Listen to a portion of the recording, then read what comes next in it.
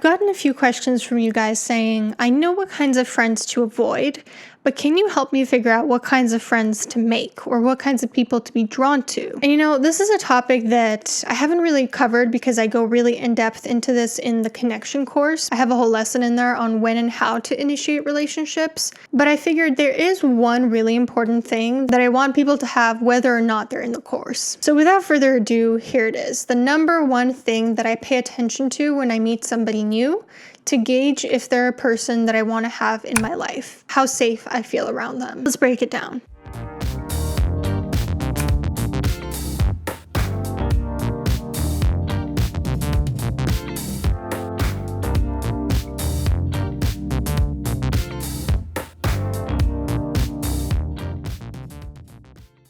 So often when we're meeting somebody new, we're so focused on, are we coming off the right way? Are we making the right impression? Do they like us? That we forget how we feel about them. We forget to check in with our own bodies about, is my body telling me that this person is safe to be around? Now, if you know me, you know I don't love the idea of judging people for body language. But I do think our bodies pick up on certain things faster than our minds do. They pick up on these tiny little behaviors and tiny little ways of speaking, and that knowledge bypasses our conscious mind and goes straight into the unconscious mind. And so you might not consciously be thinking, oh, I don't like that this person used this specific word when speaking to me. But your body might have that information because your body's receiving information from your unconscious as well. It's the same thing as what sometimes people call gut instinct or intuition. We might make patterns between this person and previous people that we've met in the past and how those relationships turned out, or just noticing patterns in how they're behaving to us, noticing certain themes that keep cropping up. Your body might signal to you, hey, this person's not safe, because your body might have noticed this person is acting the same way that your last boyfriend who cheated on you acted. He was saying the same kinds of things as the person standing in front of you right now. But when we bulldoze past these signals, we don't give ourselves a chance to make the unconscious conscious and to make use of that information. So a really, really simple way to figure out, is this somebody that I want to have in my life, is to just check in with yourself. And when you're meeting somebody new, you're just asking yourself, how safe does my body feel right now? Notice I say how safe and not safe or unsafe, because it's not a dichotomy. It is a spectrum, like all things in life. Things don't have to be so black and white. You might never feel 100% safe with somebody, and there might be very few people that you feel completely 0% safe with. Maybe you can give sort of like a percentage to it, or maybe you can say mostly, partly, or hardly. Do you feel mostly safe with this person? Do you feel partly safe with this person? Do you feel hardly safe with this person? That could be a really simple way to gauge. And the reason this is so important is that feeling safe in relationships is absolutely necessary for intimacy and vulnerability.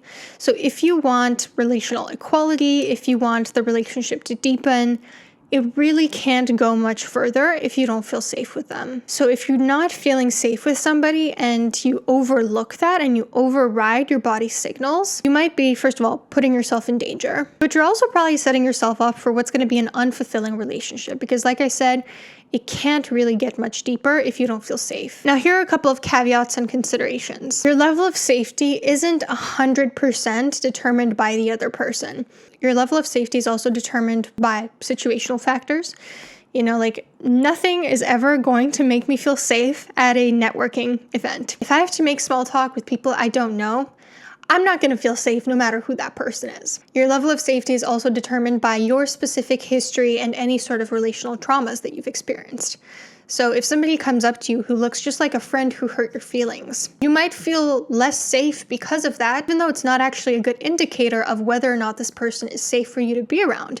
Your body's just processed this unconscious information and now is making a judgment call that might not be accurate. And also, if you have a great deal of relational trauma history, you just might chronically not feel safe around people. It might not be related to this specific person. All of which is to say that sometimes your gut instinct about whether people are safe or not might not be a fair judgment of that person. But here's how you can still use your level of safety as information. Even if you're in a stressful information where you don't feel safe at all, there are probably certain people that make you feel more safe than others. So in the example I gave of like a networking event, Duh, like I'm not going to feel safe at all.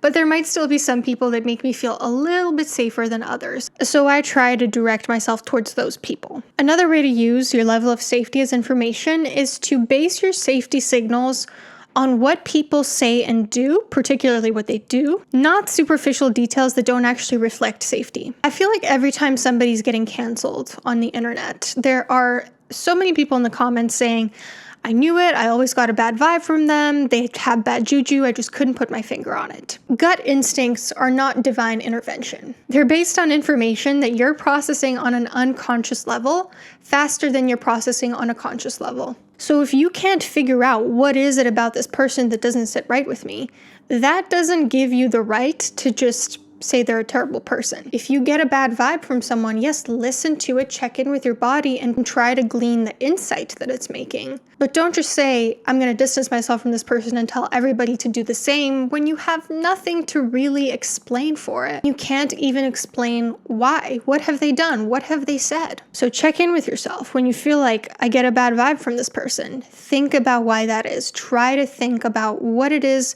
from their behavior that signal to you they're not safe. But if you're making just a superficial evaluation of them based on like the way that they're wearing their shorts, that's not very fair. I don't think you should listen to that. And another way to make use of this information is to track your level of safety as the relationship deepens. In a healthy relationship, safety increases over time. Let's say that you're not really feeling safe with them, but you still give them a try. And years later, you're friends with them, you hang out, you still don't feel safe. Maybe that's a sign to wrap it up. I have a friend that I realized in the past year that even though we were very close, I never actually felt safe with. And I made a decision to distance myself. I made a decision that, you know what, I've been in this friendship for so long and I always feel judged, always. Your level of safety should increase as the duration of the friendship does. Now, you might also realize that you're just chronically drawn to people who aren't safe for you. It might be because you're trying to recreate old patterns from previous relationships that you're trying to do right this time. You're attracting the same person over and over again in your life, hoping that this time you'll get it right. For example, being drawn to friends who share the same traits as a family member that, did you wrong or hurt you in the past. That's why awareness is so key as the first step. Become aware about how safe you're feeling. Check in with yourself. Ask yourself, how safe am I feeling right now? And once you've identified that, of course, you can make your own decision about how to move forward. I'm not the authority on your life, so I don't know when it's the right decision for you to move forward or not. But I do encourage you to check in with yourself and decide that for yourself. Have a great day.